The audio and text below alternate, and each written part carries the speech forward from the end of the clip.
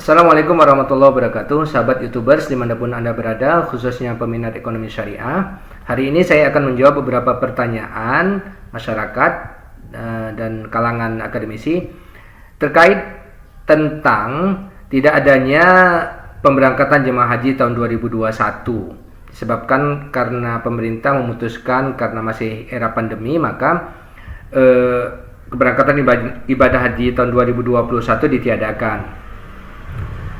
Menariknya, berita ini disikapi dengan adanya pernyataan apakah karena Indonesia memiliki hutang dengan Arab Saudi, sehingga gara-gara hutang ini tidak terbayar maka Indonesia tidak mampu lagi untuk memberangkatkan jemaah haji. Kemudian ada juga pernyataan apakah dana haji kita itu boleh diletakkan di dana infrastruktur dan dikelola oleh pemerintah misalnya. Nah, saya tidak berpanjang kalam, saya akan langsung saja mengajak para pemirsa sekalian untuk mengunjungi website BPKH. Ini website ini merupakan website Badan Pengelola Keuangan Haji, ya. Pertama-tama kita lihat dulu. Ini BPKH ini apa? Nah, kita lihat, klik siapa kami, ya. Di sini langsung dijawab. BPKH adalah lembaga yang melakukan pengelolaan keuangan haji. Keuangan haji termasuk hak dan kewajiban pemerintah yang dapat dinilai dengan uang terkait dengan penyelenggaraan ibadah haji serta semua kekayaan dalam bentuk uang atau barang yang dapat dinilai dengan uang sebagai akibat pelaksanaan hak dan kewajiban tersebut, baik yang bersumber dari jemaah haji maupun sumber lain yang sah dan tidak mengikat, ya. Nah, ini kemudian bisa juga kita lihat lagi visi misinya apa. Menjadi lembaga pengelola keuangan terpercaya yang memberikan manfaat optimal bagi jemaah haji dan kemaslahatan umum. Misinya adalah membangun kepercayaan melalui pengelolaan sistem keuangan yang transparan dan modern. Jadi keuangan BPKH ini harus transparan dan modern, ya. Efisiensi dan rasionalitas BPKH melalui BPIH melalui kerjasama yang strategis. Kemudian melakukan investasi pada imbal hasil yang optimal dengan prinsip syariah dan mempertimbangkan aspek keamanan, kehati-hatian, dan profesionalitas. Menciptakan tata kelola dan sistem kerja yang komprehensif dan akuntabel dengan mengembangkan SDM yang berintegritas dan profesional. 5. Memberikan kemaslahatan untuk meningkatkan kesejahteraan umat. Ya, ini nanti silakan dibaca lebih lanjut, tapi untuk poin nomor 3 ini mungkin bisa menjadi penekanan, yaitu BPKH itu melakukan investasi pada imbal hasil yang optimal, ya, optimal dengan prinsip syariah. Artinya dana yang dikelola oleh BPKH ini boleh diinvestasikan pada hasil yang optimal dengan prinsip syariah sebagai syaratnya. Tentu saja harus aman, hati-hati, dan profesional. Jadi tidak mungkin BPKH melakukan investasi pada aspek yang bukan syariah, tidak memiliki keamanan, tidak hati-hati, sembrono, dan tidak profesional. Ini silakan nanti ditelaah lebih lanjut. Nah, saya akan melihat satu fitur di sini, yaitu tentang laporan keuangan. Ini nanti untuk menjawab pertanyaan apakah kita memiliki hutang dengan Arab Saudi, begitu, ya. Nah, di sini di layanan di publikasi ini laporan keuangan tahunan. Kebetulan saya sudah klik di sini. Inilah dia laporan keuangan per 31 Desember 2020 dan dibandingkan dengan 31 Desember 2019. Yang pertama ada neraca perbandingan, kemudian laporan operasional, laporan perubahan aset neto, laporan arus kas, laporan realisasi anggaran. Nah, untuk yang menjadi penekanan kita di sini di neraca perbandingan, kita lihat di sini utang, ya.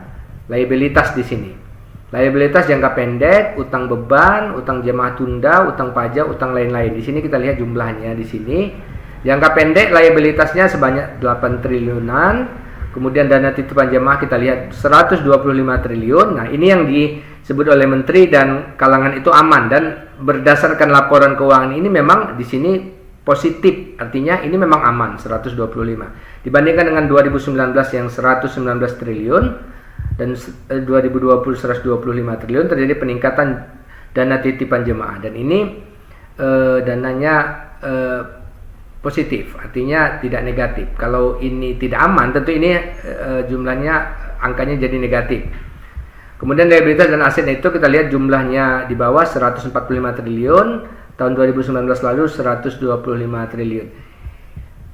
Laporan operasional juga kita lihat di sini surplus komprehensifnya ada 5 triliun dibandingkan tahun lalu 649 miliar. Laporan arus kas ya, perubahan arus neto bisa kita lihat di sini, total aset netonya 10 triliun, meningkat dibandingkan tahun lalu 4 triliun. Laporan arus kas juga, laporan realisasi anggaran. Nah, dari kacamata akuntansi kalau kita lihat di sini, laporan keuangan ini sangat sangat profesional lah ya, boleh dikatakan tidak memiliki ada masalah dengan pengelolaan BPKH, pengelolaan haji. Nah, tadi saya menyebut dana tentang investasi BPKH sendiri ini kemana-mana saja. Nah, ini bisa nanti di-download di publikasi juga di tentang e-book di sini ya, di e-book. Ini saya sudah downloadkan. Jadi bisa dilihat di sini apa dan bagaimana investasi keuangan haji BPKH. Nah, bisa kita baca, ini ada sekitar 238 halaman. Nah, sini saya menekankan di sini ya, di halaman ini daftar isi, selain pandang BPKH, arah investasi BPKH, landasan, investasi surat berharga, investasi langsung, emas, lainnya, kinerja, pengelolaan haji, manajemen risiko, memahami laporan keuangan BPKH. Nah, ini kalau mau kita lihat di sini, langsung saya ke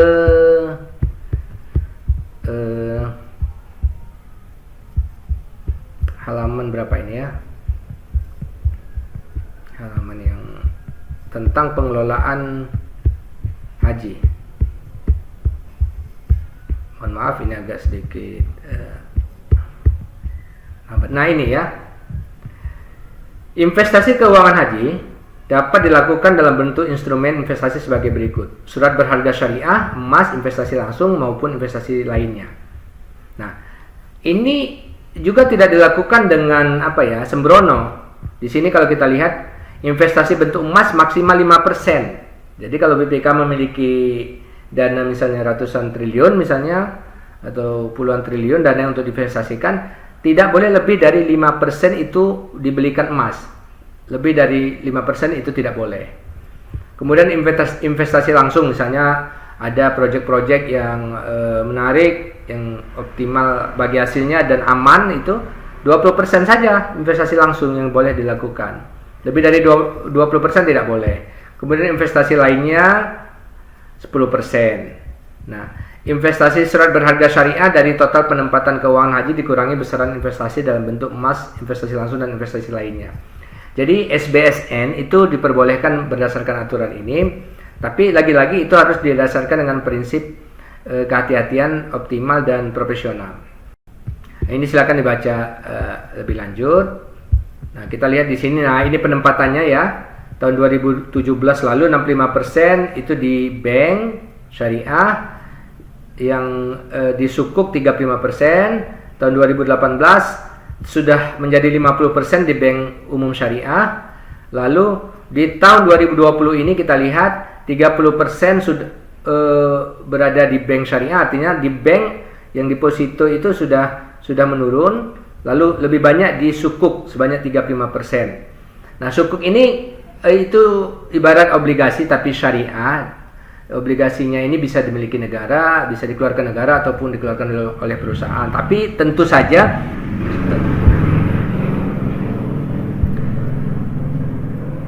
sukuk ini boleh dikatakan seperti obligasi tapi berbasis syariah, baik dikeluarkan pemerintah ataupun perusahaan. Tetapi kalau dikeluarkan pemerintah tentu lebih terjamin ya, karena pemerintah itu kemungkinan besar pasti akan mengembalikan para pemegang sukuknya itu.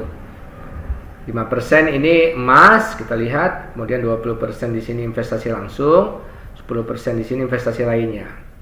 Nah, silakan dibaca lebih lanjut. Nah, baru saya akan dalam website ini akan menunjukkan satu kejutan. Saya kira ini kejutan ya. Saya kaget juga ini ya. Dana haji itu seperti apa? Ini cukup kaget ya. Karena Tidak membayangkan ya seperti ini ya, terjadi apa yang membuat saya kaget ini. Saya kasih contoh begini. Anda silakan di rumah untuk memeriksanya. Di sini di visi misi, di sini ada layanan rekening virtual. Nah, silakan ketik nomor porsi haji Anda. Ini bagi orang yang memiliki dana porsi haji. Ya, dilihat di sini. Ini saya masukkan dana porsi haji saya ya.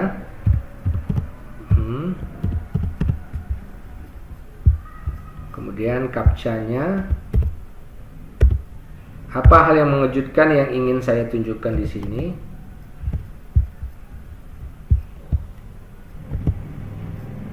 Klik.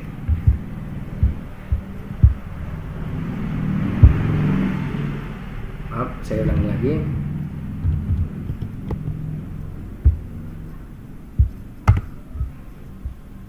Oke, ketik.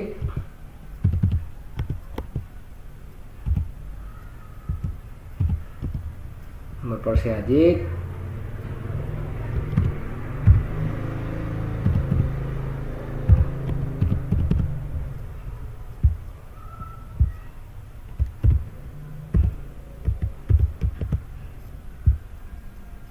Nah, lihat di sini nomor porsi saya di sini.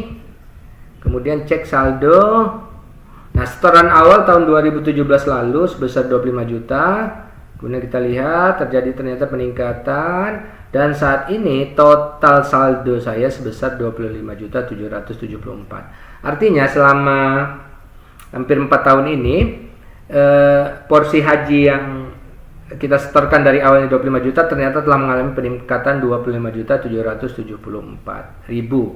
Nah, lalu kemana nanti bagi hasilnya ini digunakan? Ini digunakan untuk biaya-biaya lainnya ketika kita menunaikan ibadah haji. Perlu kita ketahui bahwa ternyata biaya haji itu untuk seorang jamaah itu dari data yang kita peroleh, yang saya peroleh juga, silakan di Google, itu besar 70 jutaan. Sementara kita nanti membayar porsi haji ditambah dengan besaran haji itu kira-kira 35 juta, tentu masih kurang sekitar hampir 35 juta atau 34 juta. Nah, 34 juta inilah nanti yang akan digunakan, akan diambil dari ya subsidi pengelolaan dana haji oleh BPKH ini. Jadi kalau kita lihat di sini ternyata sangat sangat profesional lah. Dan boleh dikata kalau tidak dilakukan investasi oleh BPKH, tentu jamaah akan nombok lebih banyak ya, akan menanggung lebih banyak biaya, karena dari 35 juta sampai ke 70 juta tentu dia harus menanggung dana yang mungkin hampir 35 juta lagi. Saya kira ini bisa menjadi kajian awal bagi kita. Bagi Anda yang tertarik untuk ini menjadikan semacam riset, penelitian lebih lanjut, silakan. Demikian dari saya, terima kasih.